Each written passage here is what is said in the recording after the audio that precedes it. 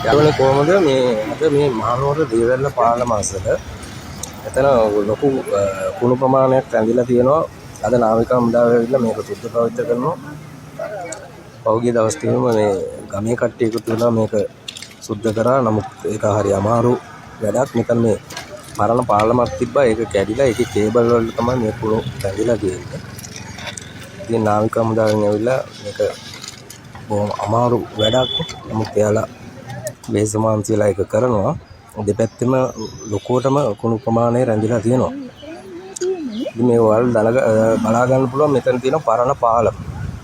ඒක කඩාගෙන ඇවිල්ලා ඒකේ කේබල් වලට තමයි මේ ඇවිල්ලා හිර වෙලා තියෙන්නේ. ඒ ජරා ඔක්කොම ඒ වගේම වතුර ප්‍රමාණය තාම බැහැලා නැහැ. ලොකු ප්‍රමාණයක් තියෙන පරණ පාලම. ඔන්න ඔය පාලම තමයි කැඩලා ඇවිල්ලා හිර වෙලා තියෙන්නේ. ඉතින් මේක ලොකු පාලමටත් ඒක ලොකු බරක් මේ වෙලා තියෙනවා මේ කුණ හින්දා. ඒ හින්දා තමයි මේ නාවික හමුදාව ඇවිල්ලා අස් කරන්නේ.